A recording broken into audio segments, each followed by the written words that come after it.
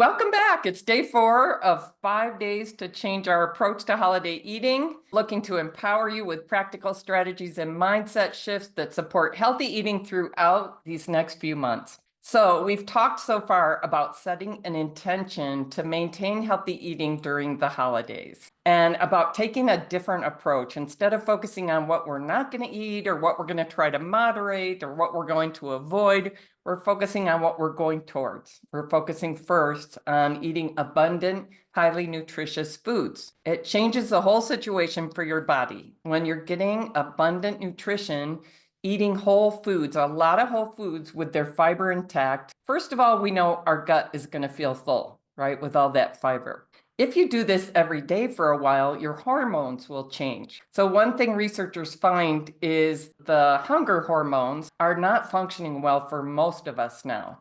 And so most of us are not getting the signal that, oh, I had enough to eat.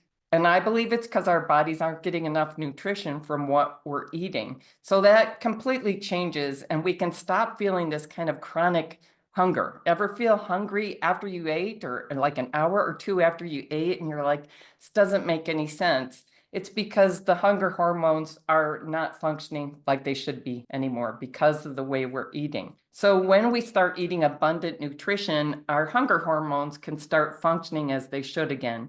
Also, when we haven't been getting enough nutritious food and we've been eating these non-nutritious things, we get excess cortisol in our system. And I believe that's because our body believes we need more nutrition. We're not going to let you sleep. We're not going to let you sleep. We're going to give you more cortisol so you stay awake searching for food. I always think about bears because we used to love to go into the Rocky Mountains in September and October, and they are scavenging. You have to be careful. There's signs everywhere when the bears are really hungry at that time of year. They're not sleeping, they're looking for food. Another hormone system that changes is insulin. Our body changes how our insulin functions, and then we start storing excess fat for the future. So when we start getting abundant nutrition, I start hearing from my clients pretty early. It can be in the first couple of weeks. Like, I'm feeling differently. I'm not feeling hungry between meals anymore. And it's like the first time I've done weight loss on and off for years and years and years, and I've never had this weight loss happening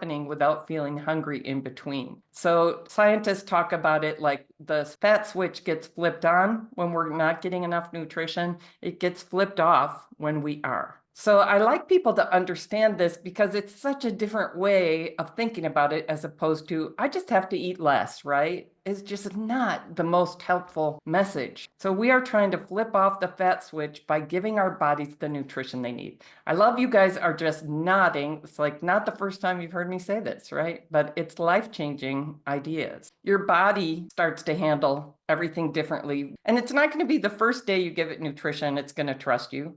But it can be pretty fast. If you do this pretty consistently, even for a couple of weeks, we often start to notice our body is happy about it. Also, our brain gets the message that we're not hungry. We should stop eating and we should go do stuff. We get a different kind of energy through the day. So it changes things for our body and it changes things for our brain and our psychology. And it starts to get easier to feel like positive emotions associated with eating highly nutritious foods. So today, let's talk a bit about how you might want to handle the CHPNNFLs differently this holiday season. The cravingful, highly processed, non-nutritious food-like substances that are 73% of our diet on average as Americans or people in the UK, probably even more at this time of year, right? It might even be more than 73%. So how do we want to handle those foods differently this holiday season? I'm going to suggest we're not necessarily going to not let ourselves have them, especially if that causes us to feel a lot of anxiety and stress. Now, for those of you who are already saying, I don't eat those things don't serve me, it isn't good when I bring them back, don't bring them back. I'm not suggesting that, like, oh, I'm going to take up drinking over the holidays. No, I'm not going to do that. That doesn't serve me. I'm not going to. But if you haven't quit those things and they're still a part of your diet, start with just awareness. Just notice what you think and feel about these foods. Maybe do a little bit of journaling about it. What are your thoughts and feelings about those foods? Do you consider them treats? So I'm saying you're just kind of going to pause. You're going to quit trying to run away from them. You're just going to pay attention. How am I feeling about these? How am I reacting to these? What things am I saying to myself about these? Do I call them treats? What does that mean? It's a treat. For me, as I researched that in my own head, as I paid attention, I seemed to only call things treats that were bad for me. And I just started questioning that whole idea. The idea of saving room for those foods. I'm saving room for that. I definitely was doing that all the time. And I think about my Coleen, who came to my program when she was 69, and she was just a great dieter, beautiful woman, smart woman, and just did the whole discipline thing very well. And the way that she did it is she would save room. And it might mean if I'm going to a wedding tomorrow and there's going to be a cookie table and I want to indulge in the cookie table, then I'm going to starve myself today. That was kind of how she did it. But I did it in smaller ways, but I did it all the time. So notice these kinds of behaviors. What are the assumptions underlying them? And just start becoming aware and questioning. When you think about the CHPNNFLs, do you find them irresistible? I have to have that. Do you ever intend to have just a little and then have trouble stopping? These are indications that the addiction pathways in your brain could be functioning related to those foods. So when I started noticing I'm having an addiction reaction to this food, then I started thinking, I don't really want this addiction in my life. I don't think it's serving me. So then I started researching, okay, how do I get out of that addiction? I want to point out this idea that I had as well, which was, I deserve this. Like, what are the arguments, the statements that come through your head that you use to tell yourself it's okay, right? One of mine was, I wasn't going to have this drink and this stuff tonight. I wasn't going to. I said I wasn't going to, but I had a really hard day and people weren't nice to me and I deserved this. And it was really valuable to spend a little time digging into, I deserve this. Am I only saying this about things that are bad for me?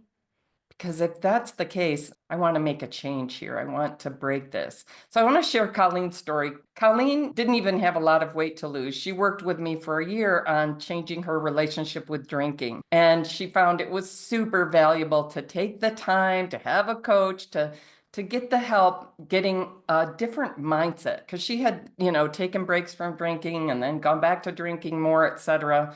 But she was getting worried. It wasn't working very well. She found she was drinking more and more over time. She wanted to change that. So she changed that and she loved the results and was kind of amazed at how she didn't miss it anymore. She wasn't fighting it anymore. So she asked me, okay, I want your help with eating. I don't have a lot of weight to lose. Actually, she only wanted to lose 4 pounds. And she had always been very disciplined about dieting. So she would indulge for a while, then she would restrict. And then as she got her weight under control, she would indulge for a while again, gain some weight, and then restrict. I think she was in her 60s when she came to me and she said, I don't think this is good for my body. I don't think this is good for my brain. I just feel so scared about letting go of the maple sugar and, the sweet things that she had a lot of strong attachment to. She really craved, right? But her mother had been developing dementia and she thought, I'm hurting my health doing this. I'm not headed for the future that I want. If I keep doing this, I need to change it. So she spent a year working on her eating, on her approach to eating, and all those things changed with eating as well. She realized eating is at least as complex as drinking. And so I could use some support. So she lost more than 4 pounds. She lost 14 pounds, loves her weight. She says her term is free, slim, and fantastic. She also noticed that depression and anxiety issues she'd lived with for many, many years transformed. And I see her on Facebook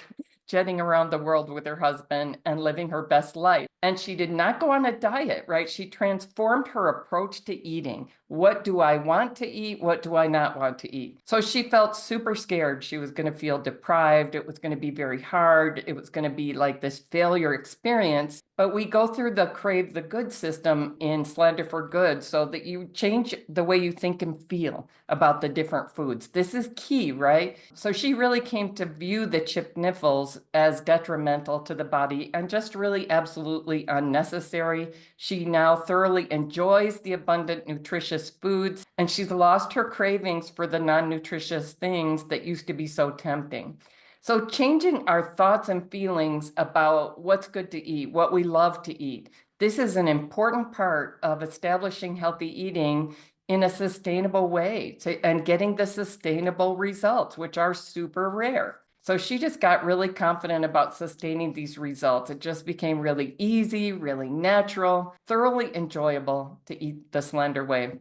We just do it day after day, regardless of holidays, regardless of birthdays or travel, etc. And that gives us realistic confidence about how we can live slender for good. That's what I cared about, right? That's what my clients are happy about. So you can really master this when you come to crave the good foods, right? So we talked yesterday about how you can plan for success with healthy eating over the holidays. You know, what kinds of events do you anticipate being challenging and how can you plan for success? And we focused on, I'm going to eat a lot more highly nutritious foods. And this is the first key. I always tell people, if you go away and remember nothing else that I said, always come back to that key. Wait a minute, what am I supposed to be doing? What am I supposed to be doing relative to CHPNNFLs? I don't know. I just really want them. Just come back to eat abundant, highly nutritious foods. If you remember nothing else, always go back to that fundamental. I still have to do it sometimes. If I get out of my good habits a little bit,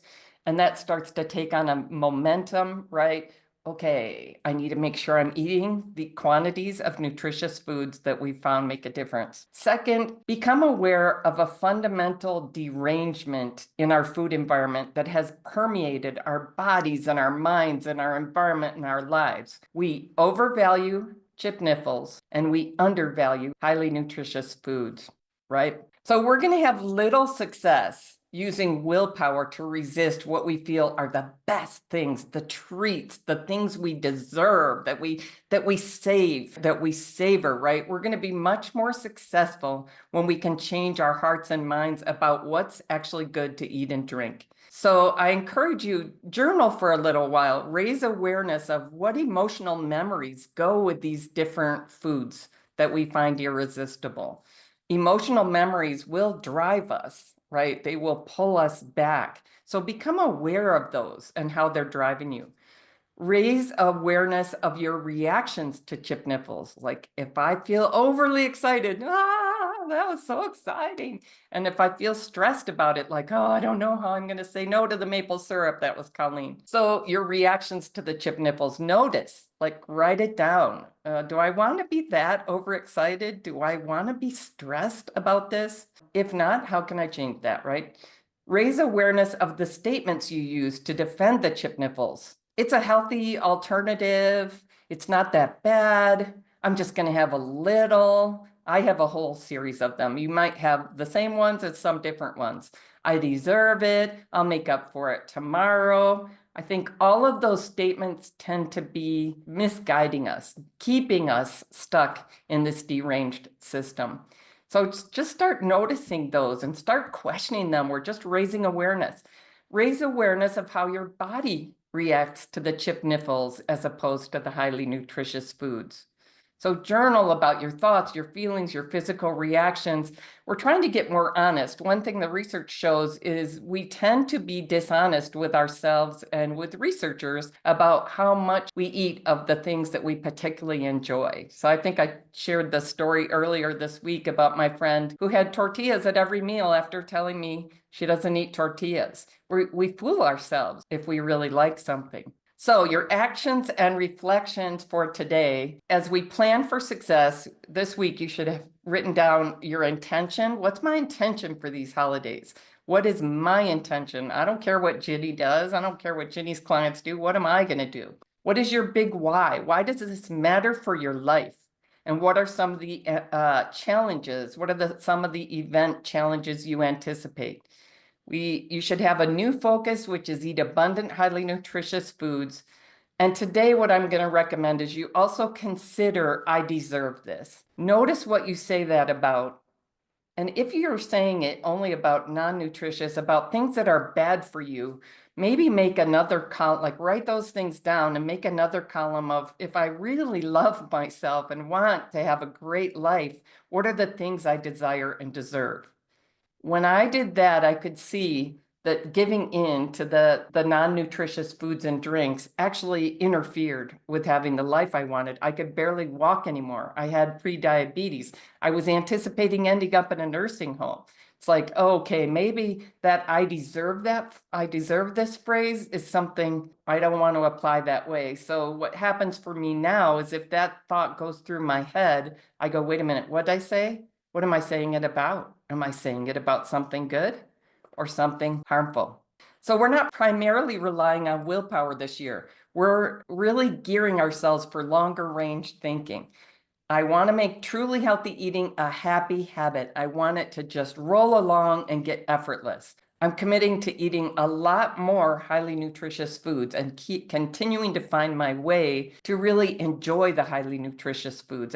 It's a process. When I do eat CHPNNFLs, I'm not going to beat myself up. That is not helpful in any way, but I am going to take it as an opportunity for increased awareness and reflection. Right? I'm not going to just automatically eat things that are bad for me. I'm going to start paying attention. I'm on a path to change my mind and my heart about what's good to eat. Every bit of progress on that path is a win. Whether I'm recognizing what drives me, whether I'm recognizing what situations are particularly challenging, or where my emotional attachment to a certain kind of food came in my life, what I take it to mean versus what it might mean. All of that plus what makes it easier when I do stick with my intentions, what makes it easier.